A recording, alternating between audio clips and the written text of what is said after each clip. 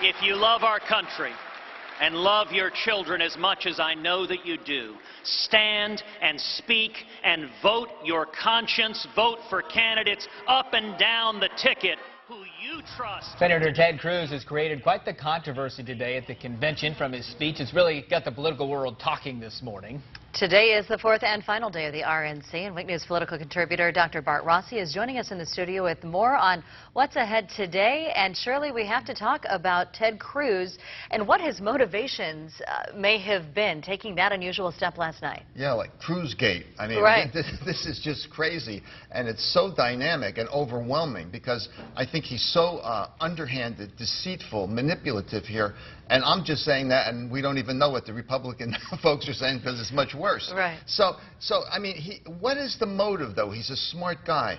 I think he wants to separate himself from the Republican Party pretty much, look like the outsider, and he's giving a message. He's really saying Donald Trump's going to lose, and he's going to lose big, and you ought to look at me.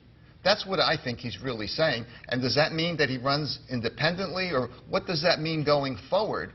And also, what does it mean for the Republican Party? Well, doesn't that, in a sense, almost help Trump, who's been the anti-establishment candidate, and here's a guy who stands sort of with that establishment group that doesn't want Trump? He can argue, I'm your guy because they're all against me, including Cruz now. Oh, I think so. I think you're on a great point there, Rob, because what's going to happen is Trump is great at spinning and putting things back on people and, you know, pointing the finger, and now he can do all of that with regard to Cruz, and he can say, I'm the real outsider, I'm the one everybody should look at, and look at that guy, he's underhanded. So yeah, I think that Trump very carefully could spin this in his direction.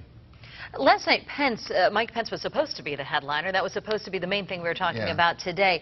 How do you think his performance was received? And going forward, how do you think he'll be received? Well, I think he did a really good job. I give him very high marks because he came across as a conservative, a Christian, an old-time Republican guy who stood for principles. And he did something that I didn't quite expect. I think he presented himself as a real religious individual and an authentic one. Not a fake, as we've seen in the past.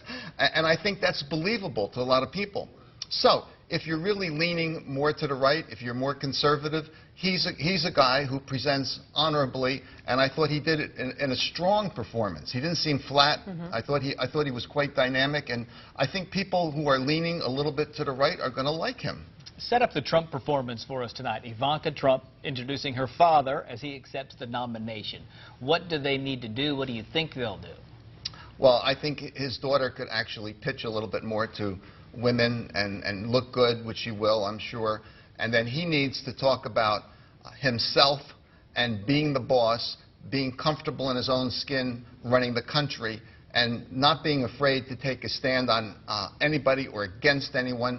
He's the boss. He's the authoritarian personality that's appealed to all of these folks.